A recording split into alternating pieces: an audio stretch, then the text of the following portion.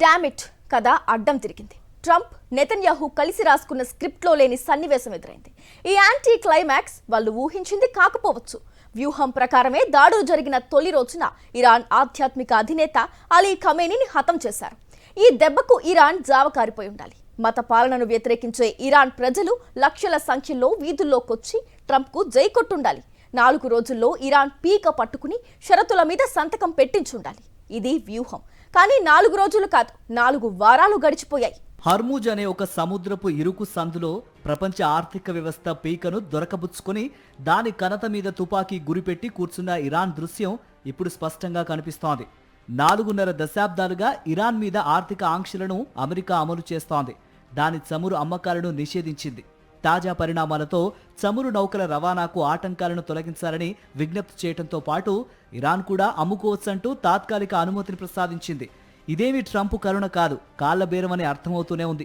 ఇరాన్పై యుద్ధం కారణంగా తలెత్తిన ఇంధన సంక్షోభంపై ప్రపంచ దేశాలు తనను వేలెత్తి చూపకుండా ఓ నెల రోజుల సడలింపును ప్రకటించారు. గతంలో చాటుమాటుగా చైనాకు చమురును సరఫరా చేసి దాని నుంచి వస్తు సేవలను పొందుతున్న ఇరాన్ ఇప్పుడు రైట్ రాయల్ గా రోజుకు $140 మిలియన్ విలువైన చమురు అమ్మకాలను ప్రారంభించింది. దాడుల్లో ఇరాన్కు జరిగిన ఆస్తి నష్టంపై స్పష్టమైన అంచనాలు ఇంకా రాలేదు గానీ చమురు విక్రయం ద్వారా బహిరంగంగా రోజుకు సుమారు 1,400 కోట్ల రూపాయలను ఇరాన్ ఆర్జిస్తోంది. అమెరికా మాత్రం చేతి చమురును బాగానే వదిలించుకుంటుందని ఆ దేశంలోనే విమర్శలు వెల్లువెత్తుతున్నాయి. ఇప్పటి వరకు రోజుకు సగటున $1.5 బిలియన్ చొప్పున యుద్ధ జ్వాలలకు అమెరికా ఆహుతిస్తోందని లెక్కలు తేలుతున్నాయి. పెంటగన్ అభ్యర్థనపై ప్రతిపక్ష డెమోక్రాట్లే కాదు, కొందరు పాలక రిపబ్లికన్లు కూడా దుమ్మెత్తిపోస్తున్నారు. అమెరికా ప్రజల జీవన ప్రమాణాలను ఫనంగా పెట్టి ఏం సాధించాలని ఇరాన్ యుద్ధంలో ఇంత పెద్ద మొత్తంలో తగలేస్తున్నారని వారు ట్రంప్ సర్కార్ను నిగ్గదీస్తున్నారు. ఇప్పటికే $39 ట్రిలియన్ అప్పులతో సతమతమవుతున్న అమెరికా ఆర్థిక వ్యవస్థపై ఈ నిరర్ధక యుద్ధ ఖర్చు మోయలేని భారాన్ని మోపుతోందని వారు ఆందోళన వ్యక్తం చేస్తున్నారు. ఇరాన్ అణ్వస్త్ర కార్యక్రమం ఆరోపణలపై ఇప్పటికే అంతర్జాతీయ అణుశక్తి ఏజెన్సీ అక్కడ తనిఖీలు చేసింది. అణ్వాయుధాలను తయారు చేయడానికి ఇరాన్ ప్రయత్నిస్తోంది అనేందుకు ఎటువంటి ఆధారాలు లభించలేదని ఆ సంస్థ డైరెక్టర్ జనరల్ రఫేల్ గ్రాసీ స్పష్టంగా ప్రకటించారు. అయినప్పటికీ అమెరికాకు, ఇజ్రాయెల్కు మాత్రం ఇరాన్ అనుభూచి కనిపిస్తూనే ఉంది.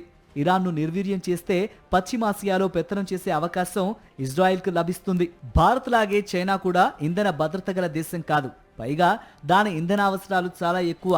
వెనజువెలా, ఇరాన్ దేశాలు అమెరికా ఆంక్షల నేపథ్యంలో మలేషియా, రష్యా వంటి దేశాల ద్వారా క్రూడ్ ఆయిల్ను శుద్ధి చేసి చైనాకు పంపిస్తాయి.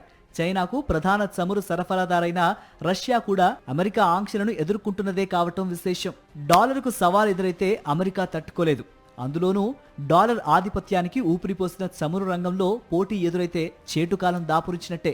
50 ఏళ్ల కింద చమురు ఎగుమతి చేసే గల్ఫ్ దేశాల రక్షణ బాధ్యతను అమెరికా తీసుకుంది. ప్రతిగా చమురు కొనుగోలు చేసే దేశాలు అందుకు చెల్లించాల్సిన సొమ్మును అమెరికా డాలర్లలో చెల్లించాలి. ఇంధన అవసరాలు అన్ని దేశాలకు ఉంటాయి గనక డాలర్ డిమాండ్ పెరిగింది. ఇప్పుడు ఇరాన్ యుద్ధం నుంచి వెనక్కి తగ్గి అమెరికా తోక ముడిస్తే ఇరాన్ దాడుల్లో తీవ్రంగా నష్టపోతున్న అరబ్ దేశాల రక్షణ బాధ్యత నుంచి అమెరికా వైదొలిగినట్టవుతుంది. ప్రపంచాన్ని ఆందోళనకరమైన పరిస్థితుల్లోకి నెట్టివేస్తున్న ఈ అంతర్జాతీయ పరిణామాల్లో ఒక ప్రముఖ దేశంగా, అత్యధిక జనాభా గల దేశంగా ఉన్న భారత్ పోషించవలసిన పాత్ర ఏమిటన్నది కూడా చర్చించుకోవాల్సిన సందర్భం. తన సూపర్ పవర్ హోదాను, తన ఆధిపత్యంలోని ఏకధ్రువ ప్రపంచ గమనాన్ని నిలబెట్టుకునేందుకు అమెరికా ప్రయత్నిస్తోంది. ఆర్థికంగా, సాంకేతిక పరంగా అనూహ్యమైన ప్రగతిని సాధించిన చైనా ఈ తరహా ప్రపంచ గమనపు దిశను మార్చాలని సహజంగానే భావిస్తోంది.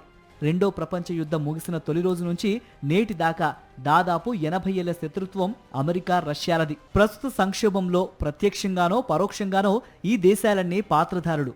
ఇరాన్తో సరిహద్దును పంచుకునే మరో ఇస్లామిక్ దేశం పాకిస్తాన్ అమెరికా తరఫున బ్రోకరేజీ చేయటానికి ఎల్లవేళలా సిద్ధంగా ఉంటుంది. ఈ దేశానికి సౌదీ అరేబియాతో ఈ మధ్యనే ఒక రక్షణ ఒడంబడిక కుదిరింది. దాని ప్రకారం 2 దేశాల్లో ఏ దేశంపై దాడి జరిగినా తన మీద దాడి జరిగినట్టేనని రెండో దేశం భావించి స్పందించాలి. గల్ఫ్ దేశాల మీద ఇరాన్ ఎక్కుపెట్టిన దాడులు సౌదీ అరేబియాను కూడా వదల్లేదు.